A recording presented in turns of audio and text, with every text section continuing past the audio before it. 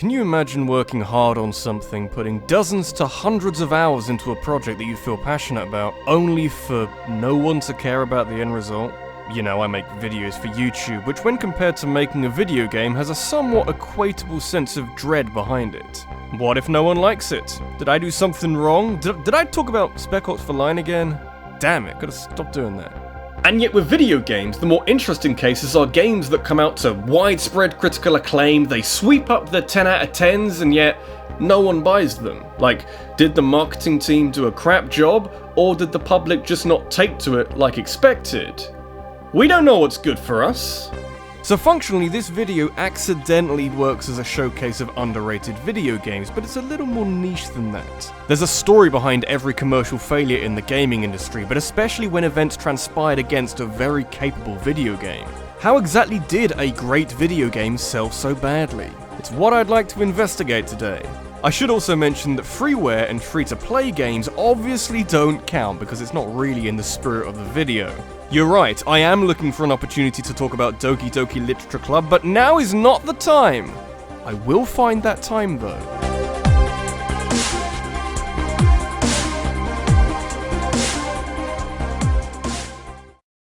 Going toe-to-toe with certain video games could be considered a form of financial suicide. There's a short list of things you probably shouldn't be doing when releasing your game, like accidentally making people think that your locked safe full of Watch Dogs promo items is actually a bomb. But that's closely followed by scheduling the release of your game to coincide with a truly massive game coming out around the same time. I don't care how much faith you have in your game. If you were to go up against, say, Grand Theft Auto or Call of Duty, you'd fucking drown. You wouldn't stand a chance. But if we've learned anything from the last 12 months, it should be that EA haven't got the smartest group of people working for them. Yeah, let's fight Activision for supremacy. I bet we could beat them at mud wrestling.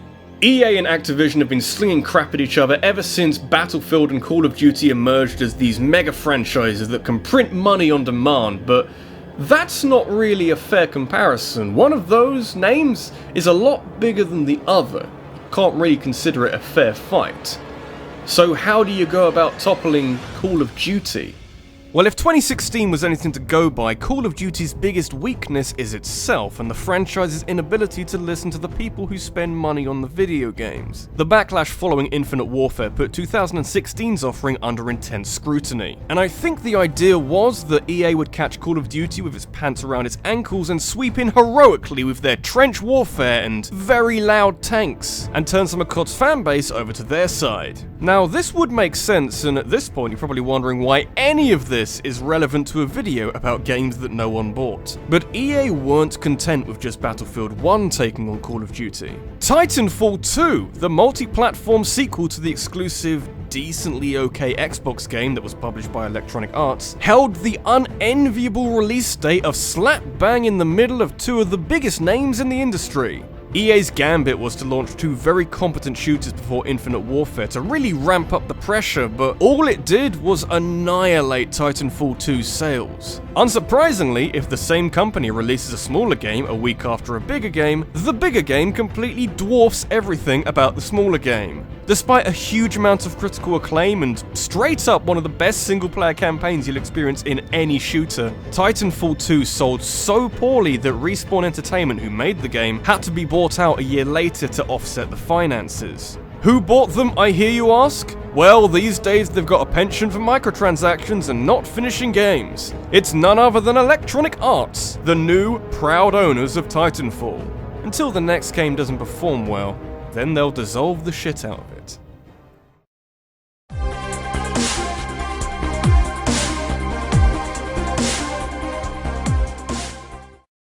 In the great struggle for creative video games, Clover Studios makes for a very interesting case study. If you spend long enough playing the latest offerings from the AAA production line, you might yearn for something that challenges your perception of what video games can be. I don't think this was Clover Studios' briefing, but for 3 short years Capcom fed them money to create new intellectual properties that would hopefully blossom into something wonderful. Sadly, in the end, these new IPs sold so poorly that the studio was quickly merged back in with Capcom, with members of Clover going on to later found Platinum Games.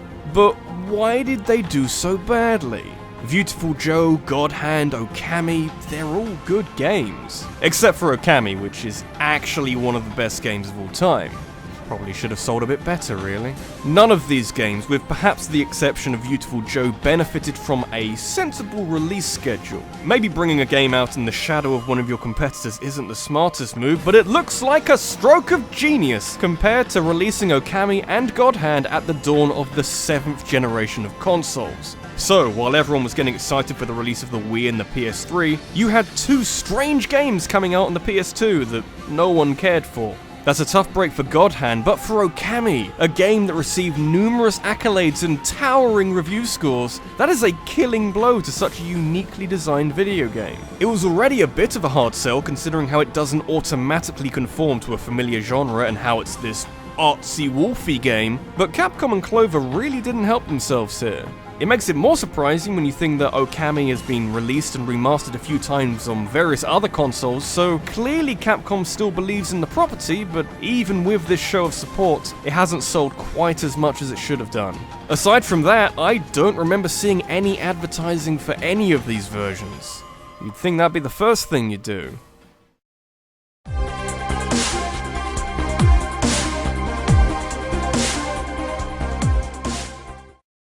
I'd like to go back to that little thing I mentioned about Okami being far enough removed from a traditional video game to perhaps dissuade people from buying it.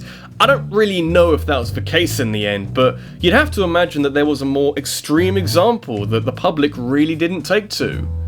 Or maybe they did. Apart from describing it as a quick-time event simulator, you'd struggle to nail Shenmue down to one particular genre. I suppose you could give it a catch-all label like action-adventure to make sure that everything's covered, but there's a big difference between Breath of the Wild and Tomb Raider and the kind of game that Shenmue tries to be. Yu Suzuki wanted to make a game that offered the kind of lengthy, realistic gaming experience that hadn't been imagined elsewhere. And after a 5-year development cycle that broke the record at the time for the most expensive production costs for a video game, Suzuki's dreams were finally realized when Shenmue came out to unanimous critical acclaim in 1999. It did struggle to make up the costs though. Not so much that it sold poorly, it just, those 5 years used up a very large amount of money. But Sega endured and steadied themselves for the sequel. Only this time, things weren't quite as rosy. Because in there somewhere, Sega were losing traction in the console market. The Dreamcast was coming to the end of its cycle and the PS2 was dominating the market, so Sega chose to stop making hardware and focus on games. That meant that Shenmue 2 suddenly didn't have much of a home, with the Dreamcast being discontinued 6 months prior to its release. So into the picture flies Microsoft with their oodles of money, who used some of it to secure console exclusivity for Shenmue 2 outside of Japan. Unfortunately, the average Xbox owner didn't give a shit about this game because you don't shoot a ton of people and there's not a lot of car races to take part in, so why the hell would the average demographic care? Though there are duck races, Shenmue 2 may have matched the original for quality, but the sales were naturally atrocious, with Sega understandably reluctant to fund the third game after losing so much money. Suzuki ended up leaving Sega in 2011, and it looked like the Shenmue saga would never be completed, but somehow we've got a final act coming out at some point in the future because Sony told people to go fund that Kickstarter. This was in the same E3 conference where they announced The Last Guardian and the Final Fantasy VII remake. They could have told us to launch a child into the sun and we would have probably done it. You bring back those duck races, you hear me?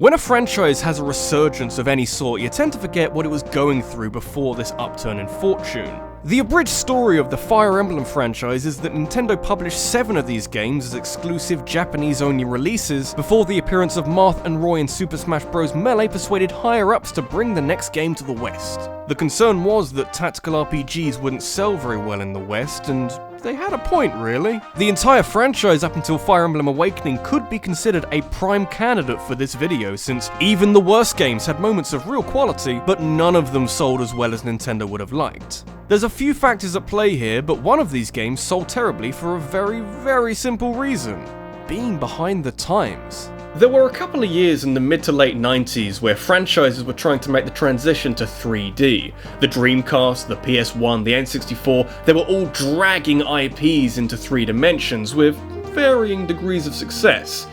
But Fire Emblem wouldn't get in on the fun until 2005. So what the hell were they doing in the meantime? Fire Emblem Thracia 776 is not only a tremendous name for any video game, but it's the name that belongs to the game that marked the financial low point in a series jam-packed full of low points. While in 1999 people across the world were sinking their teeth into the magical 3D world provided by Donkey Kong 64 and Mario Party 2 and Pokemon Stadium and Superman 64, Nintendo were releasing a two-dimensional tactics game exclusive to Japan on the Super Famicom. To put in perspective how close this was to the end of the SNES's life, only 3 more games came out after Thracia 776, and one of them came out last year. To be frank, I don't really know why they did this. Apparently it started out as a side project to Genealogy of the Holy War, but the more time they spent developing it, the larger it grew and the deeper its release date went into the N64's lifespan. Could Intelligent Systems have switched it over to a more relevant console like the Game Boy Color? I don't know, I think it might have struggled a bit. It kind of needed the Game Boy Advance to be out a bit sooner considering how much the franchise thrived in the handheld market. Nintendo Power and Famitsu tried to sugarcoat things by saying that Thracia 776 was the best-selling Super Famicom game in the month of its release, but I think you can work out why. It was good though, built to a high level of quality and well worth the high review scores. It just needed releasing like 5 years earlier. Still got a great name though.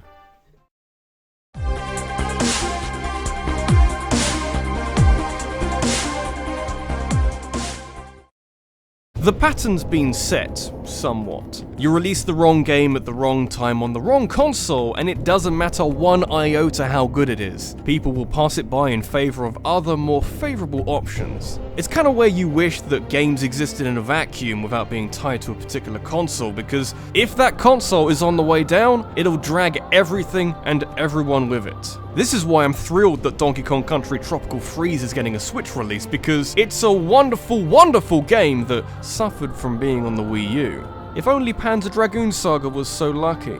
We're back to Sega being in the console market again and not really knowing what they're doing. Okay, maybe the Genesis was a brilliant little thing with its blast processing and ability to steal the market away from Nintendo, but apart from that, Sega have a poor record with home consoles. Like the Dreamcast, the Sega Saturn was a financially unsuccessful console that housed some genuinely great video games, but most of them didn't get the sales they deserved because the Saturn wasn't a desirable console.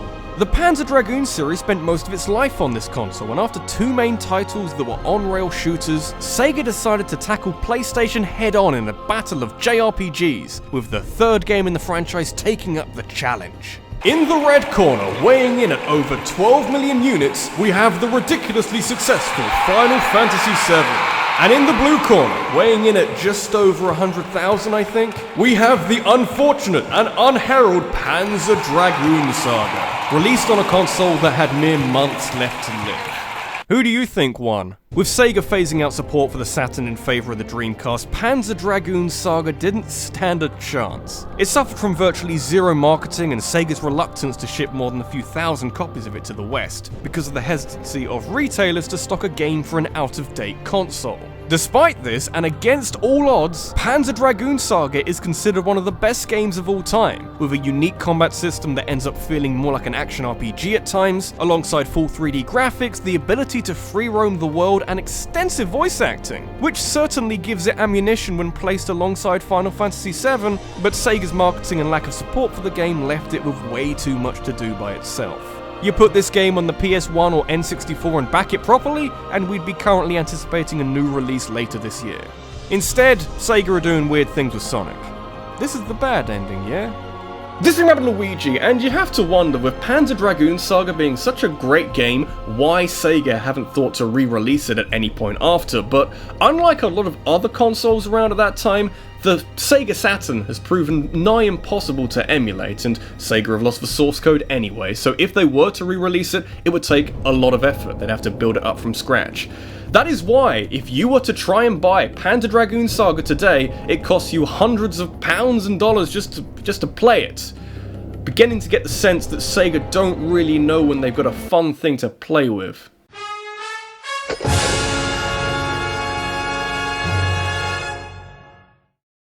Have you got an idea that you'd like me to turn into a countdown? Let me know in a comment down below, and make sure you check out my Twitter, where I'll be turning the best of videos into a poll where you can then decide the best topic. Thanks for watching, and I'll see you in the next one.